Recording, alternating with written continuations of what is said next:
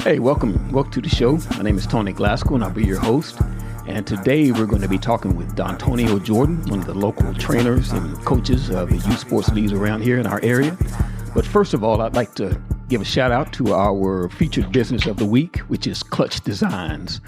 And Clutch Designs is the official outfitter of my show, and they have exactly what you need, from t-shirts to hoodies, team uniforms and casual polos. Printed vinyl and all the other styles of printing is what my man Brandon specializes in. His name is Brandon Hewlin. He's a local guy as well. He's from Denton. I've seen a lot of his work. I know him personally. I've seen a lot of his work, and I'm just really amazed at what he can do. The popular thing now is printed T-shirts. Pretty much anything that you want to get printed on a T-shirt, you can. Anything from like the 80s cult classics, Mr. T or Fred Sanford or anything right now today. He can specialize in that. In fact, I'm going to challenge you to come up with something that you think he won't be able to do. A jersey or a hoodie design, basically any apparel that you can print on. If he can't do it, I will pay for something from his collection out of my pocket for you. So take me up on that challenge. He has actually done the shirts that we're going to give out to all our guests right now. Dontonio is going to get one as well. And speaking of Dontonio, we have him on the phone right now. Why don't you say hi to everybody, Dontonio? Hey, man, how you doing? All right, man. You doing good today? Yes, sir. I'm doing well, man. I can't complain. All right. Well, I wanted to have you on because, I've known you for a little while, and I just wanted to give you a little prop and let everybody know exactly what you do, because you're very successful. You've had successful football teams. You had your successful training program. So why don't you start off by giving just a little background of where you came from and what you're doing? Yeah, man, I really appreciate it, man. I actually went here to Lake Dallas for high school wise. Was born in Arkansas, came out here, grew up in Lake Dallas area, went to high school out here, ended up, I was a three sport athlete. So I played football, ran track, and played basketball too. Okay. Ended up, deciding to just stick to football after a while, and figured that's where I would go the furthest at. So I just went ahead and stuck to that. Ended up getting a scholarship to Stanford University. All right. Yeah. Went there, grew up a lot, man. I wouldn't take it back for the world. Probably wasn't as successful as I wanted to be as far as football goes, but definitely got a lot of nuggets and whatnot that I was able to bring back. And after that, after Stanford, I went and got my master's at San Jose State. Tried for one more year of football, got another injury and whatnot. Went to San Jose State and got my master's. And then that's really when I decided I wanted to come back and, again, like I said, give all the nuggets that I learned in college for those really 6-7 years I was in college, right. 6 years really, and give that back to the kids here that I knew. So I think it's been very fruitful since then, for sure. All right. Well, that's an interesting story, interesting road. So I know Stanford is a pretty cool place. I mean, California itself is really nice out there. So let me ask you, what was the coolest part of your college experience? I would probably say, man, we went to Rose Bowl. So I think it was kind of cool. Oh, say that again?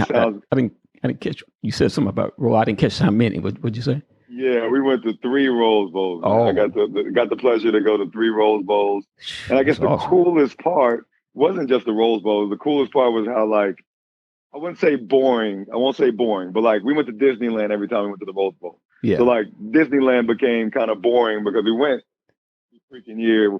Every year we went to the Rose Bowl, we went to Disneyland. So it was like, we're going to Disneyland again. So it was just cool that, that got to be something that was kind of expected and almost became kind of moot. Like, all right, we're doing this year. Oh, okay, we're going to the Rose Bowl again. Yeah. But, it was so cool being there every single time, for sure. Well, I would imagine, because the Rose Bowl has got to be, in my opinion, it's the top 5 sports venue in the United States, So just what was that like? I mean, for all these old guys like me, I had dreams of doing something like that. And these young guys, I know they have the dreams of doing something like that. So what was that like, just coming down that tunnel and running out that Rose Bowl, that historic Rose Bowl? Man, it's as you kind of said, it's a marvel of these, as far as these football, it's just a different feel. It probably, I don't know how many is seats. I think I've been in other stadiums that have sat more, and there are probably more people, but Yeah. it's just hard to explain. It's just you can almost feel, all the history there and all the games Yeah, that I for used to sure. watch as a kid there. And Texas and USC back in the day, I believe that was the Rose Bowl and probably one of the greatest ever. Like that was, being in that same place is insane. Yeah. So Yeah. yeah, man. I can't even imagine that. That's that's beyond my belief. I played ball in high school and stuff, and I really wanted to go to USC. That was my original plan, and things just kind of Yeah. came up and got in the way. But man, if I would have had that chance to play in that, I don't know if I could have contained myself. So that's an Coliseum awesome is a different experience. experience too, man. The Yeah, Coliseum is a great one as well, for sure. yeah. All right. Well, I mean, with three Rose Bowls, y'all had to have a pretty stacked team. You have any notable teammates that we might know about? Yeah, man. I got to play with Christian McCaffery. That's the most Oh notable yeah, one that Offensive Player of the Year this year. Great right. player. He really, that guy. He really had an impact on me and just how to lock in. He came in locked in, so he kind Yeah, of was infectious in that manner to everybody else. yeah. Man, so Christian Bobby Okereke is another one. Oh He's yeah. a Pro Bowl type linebacker right now for the Giants. Got to play Ty Montgomery with the Patriots right now.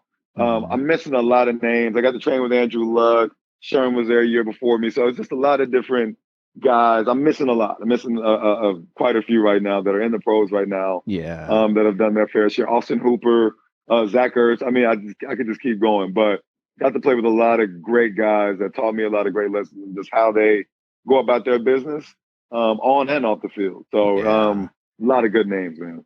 yeah. With that type of talent, man, you can't help but glean some of that from him, and I see Of that you course. you brought some of that back with you. So let's get into after college. What you been up to since college? Yeah, man. So like I was kind of segueing into earlier is came back here. It was really had to make if I wanted to stay out in the Bay Area and kind of get a tech job and live that type of life, or do I want to come back and kind of have an impact? And how can I have my own impact? My parents have had the track organization for a long time, but Yeah. I wanted something similar to that. That could also be my own niche as well. So definitely came back. Knew we had guys like Corbin, Peyton, Eli, et cetera, that I knew before I went to college. Hmm. Wanted to come back and kind of give them a head start as to what's going to come in college, because I think that's what I didn't have in high school. Had everything, had a great support system, everything like that. I didn't have anybody that was close enough to tell me what to expect immediately when I get there. And I think that's been I think it's had an impact because we've had a few freshman All-Americans and whatnot since I've come back. I'm not saying it's because of me, but I do think kind of giving them the nuggets of what to expect when they get there has definitely played a part in their success. Yeah, absolutely, man. And to be honest, the reason for this podcast is to give these young men a chance to be in front of a mic before they actually get in front of the real deal. You know what I mean? Because Yep. Yep. that's going to happen. I mean, where we are, this area where we are, there are going to be reporters, there's going to be coaches, going to be scouts that's going to be coming at them, and they need to know how to handle themselves. And that's one of my goals is to just give them a little bit of training, even if it's one time. They come on the show here just one time, a little bit of training helps a Yeah. lot. A lot. It goes a long way, man, for sure. Yeah. And it can boost your branding with the NIL and all this stuff these days. Oh, It can boost all absolutely. that type of stuff.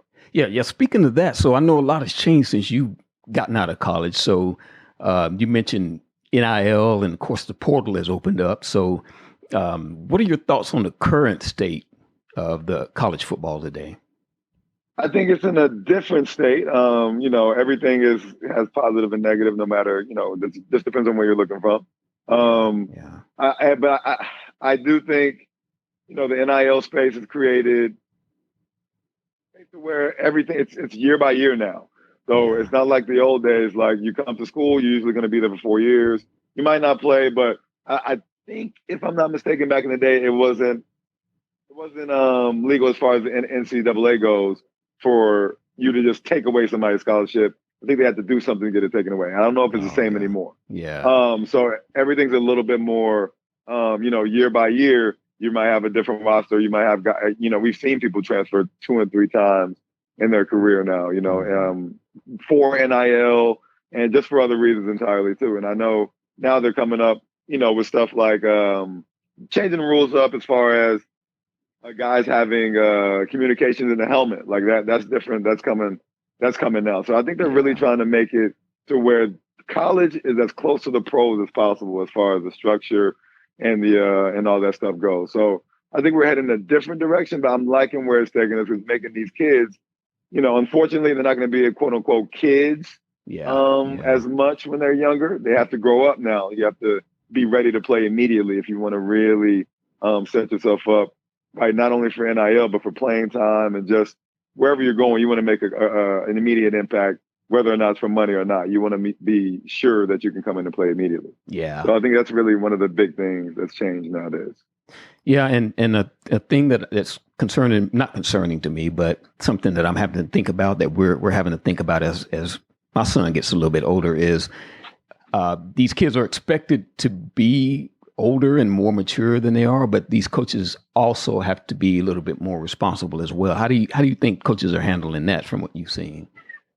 Yeah, it's some are handling it great, some are loving it, some I think are going to take at the same time, with all of this new stuff and the NIL and all these high school kids being, valuable now, there's bad guys that come behind that. There's guys that are trying to capitalize and handle those kids, for lack of a better word. Yeah.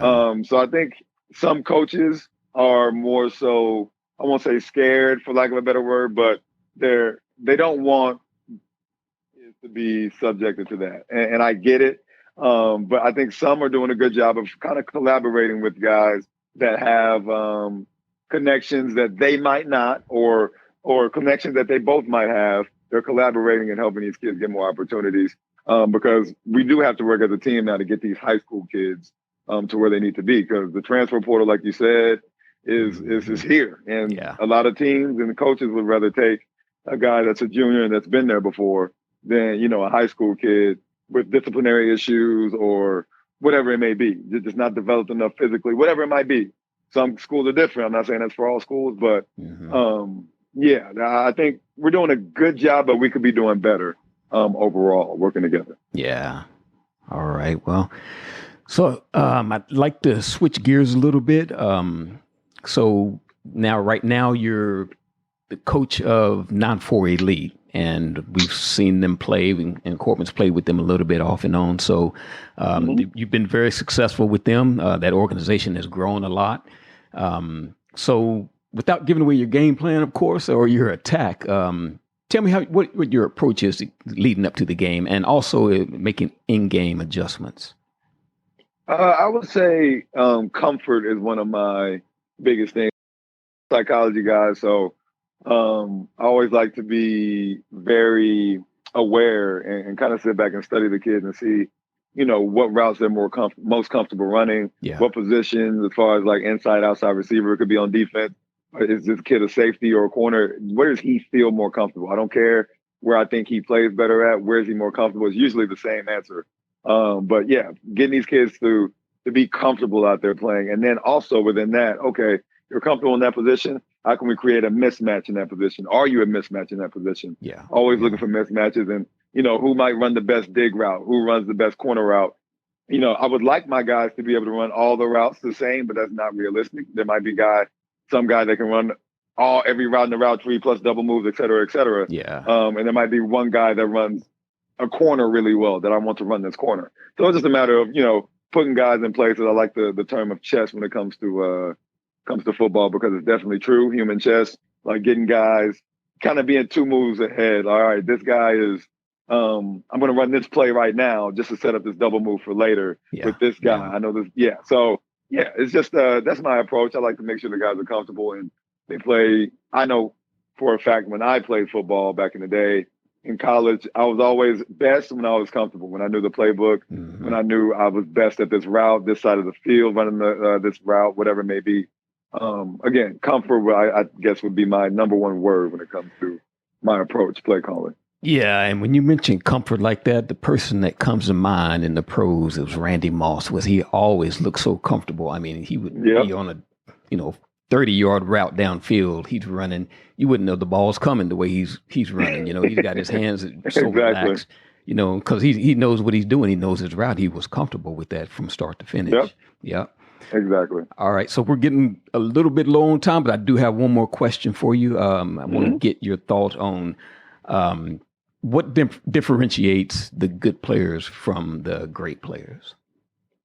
Great question, man. I think for sure when I got to college, the big thing that kind of propelled me, I learned it later, too late. I guess my sophomore, really my junior year is when I waited to really get down and dirty on my nutrition, my nutrition and my sleep habits, and just my preparation before practice, not only games, but practice, like making sure I come in 20, 30 minutes before, stretching, activating my glutes, et cetera, rolling out, whatever I needed to do to make sure I was ready to play full speed, man. And just making sure that I was healthy, man, is the biggest thing. And all those things are byproduct to great health. Okay. All right. That is very key. That's very key. So, Dontonio, we're about at the end of the show, but man, I really appreciate the information. I appreciate you coming on and being patient with me, getting this show on. I know we've been trying to do this for a couple of weeks, but thank you for coming on.